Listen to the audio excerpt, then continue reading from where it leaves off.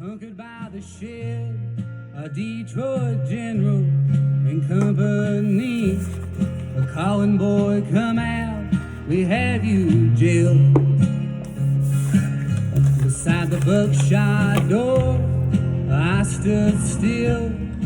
Okay, so I have to try to keep this quick because I think there is a time limit on these videos that you shoot on the phone. So this is a draft review, season preview video. Season starts next week, so set your lineups.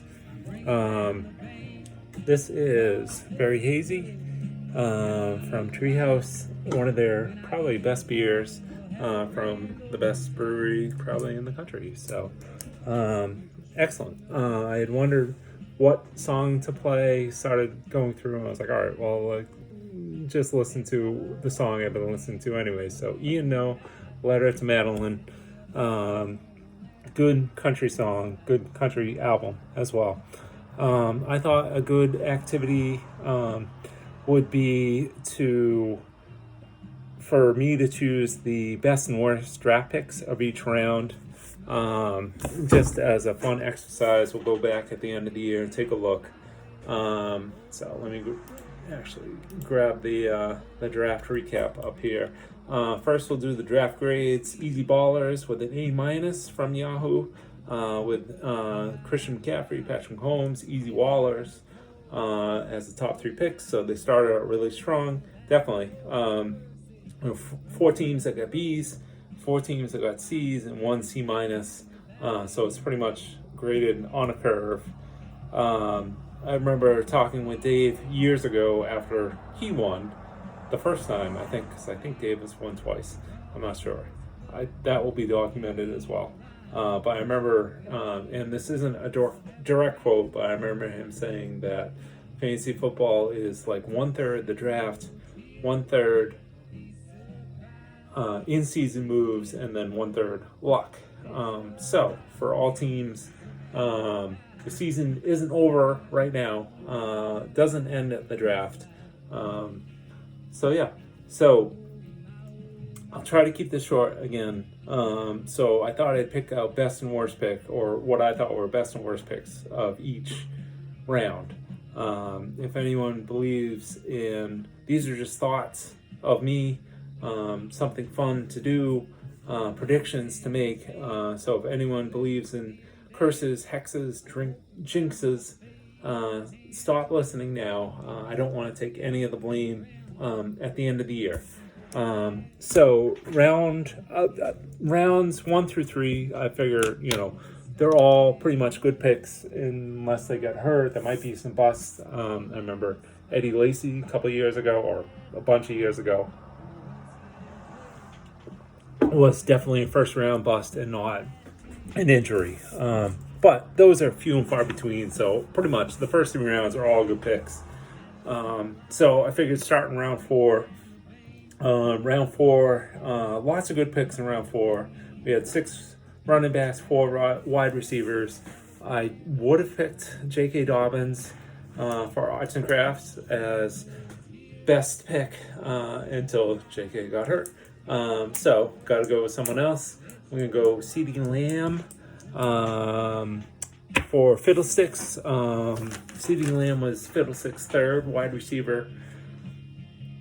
And I think CD would be a good number 2 wide receiver. So for Fiddlesticks to get him as his 3rd was excellent, definitely.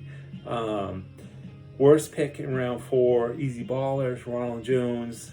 Easy Ballers started off good. Ronald Jones I'm not crazy about. So I'll put that as worst. 5th round, it's pretty evenly spread. 3 tight ends, 3 wide receivers, 3 running backs, 1 quarterback.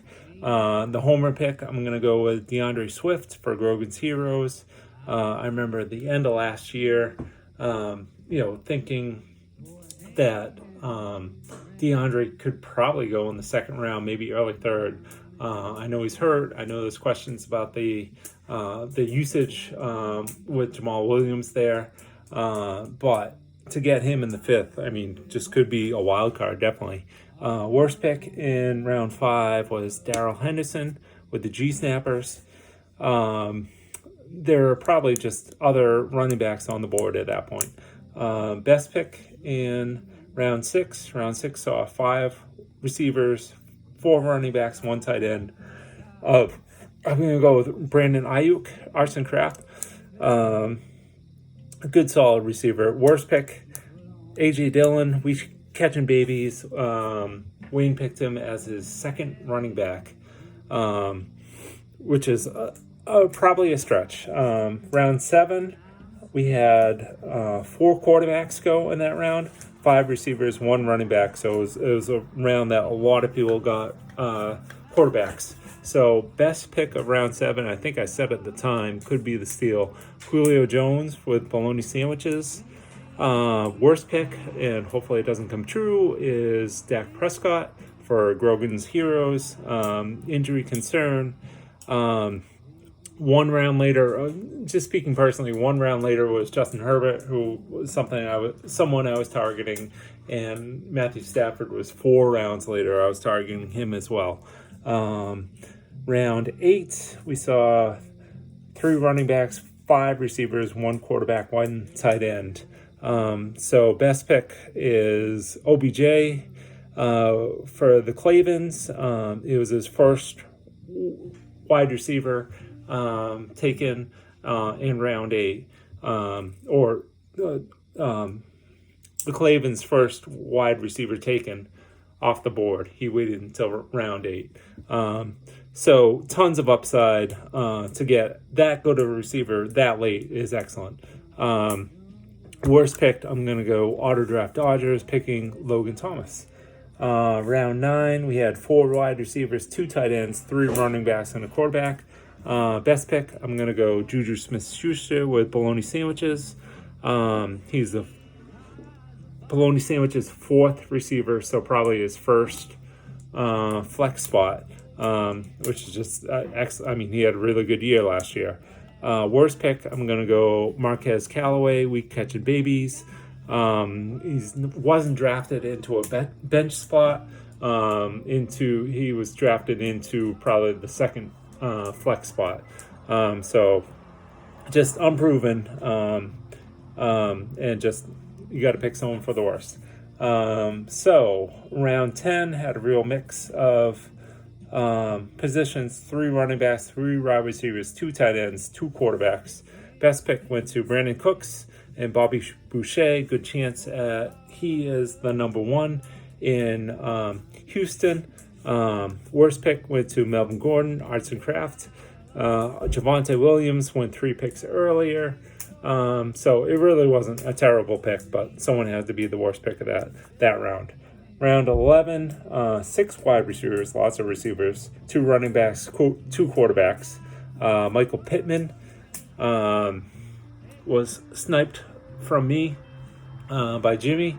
Let's see, was it the pick before? Yeah, it was the pick before. Is a good chance to be the number 1 in Indianapolis. So great pick by Jimmy there. Worst pick of round 11, I'll say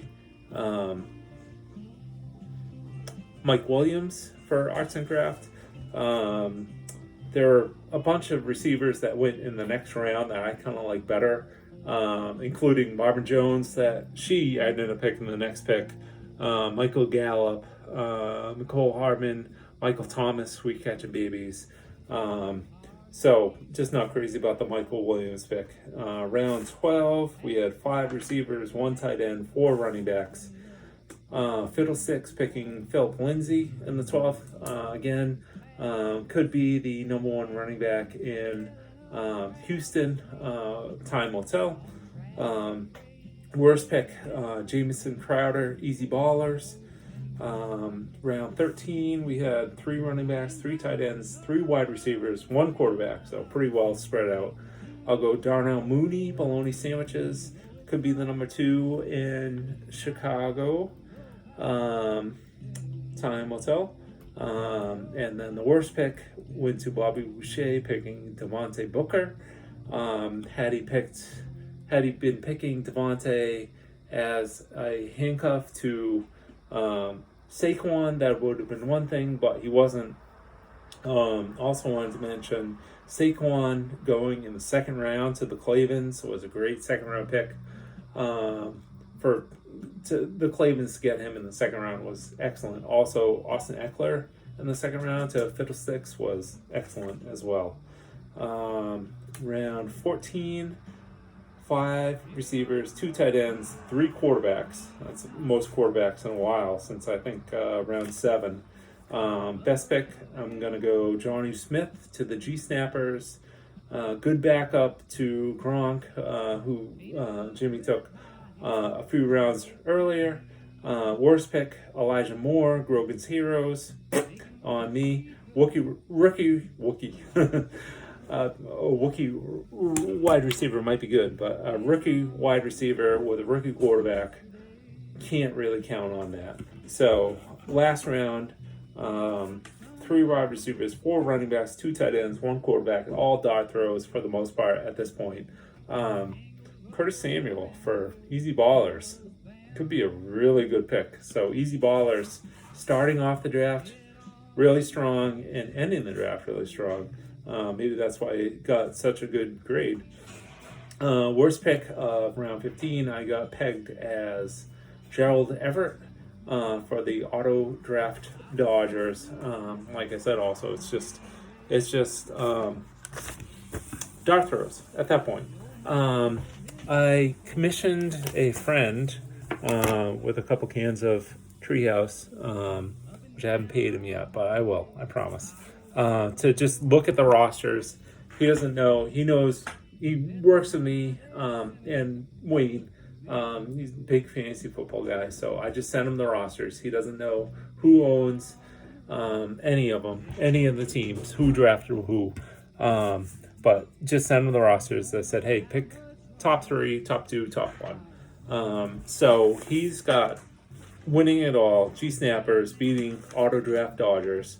Battle of Canton, childhood friends going against each other.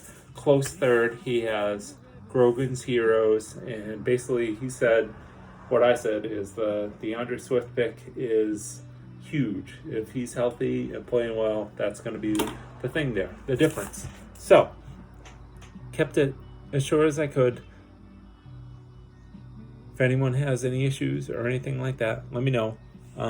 Let's have a good year. And I'll check in again soon. All right, later, guys.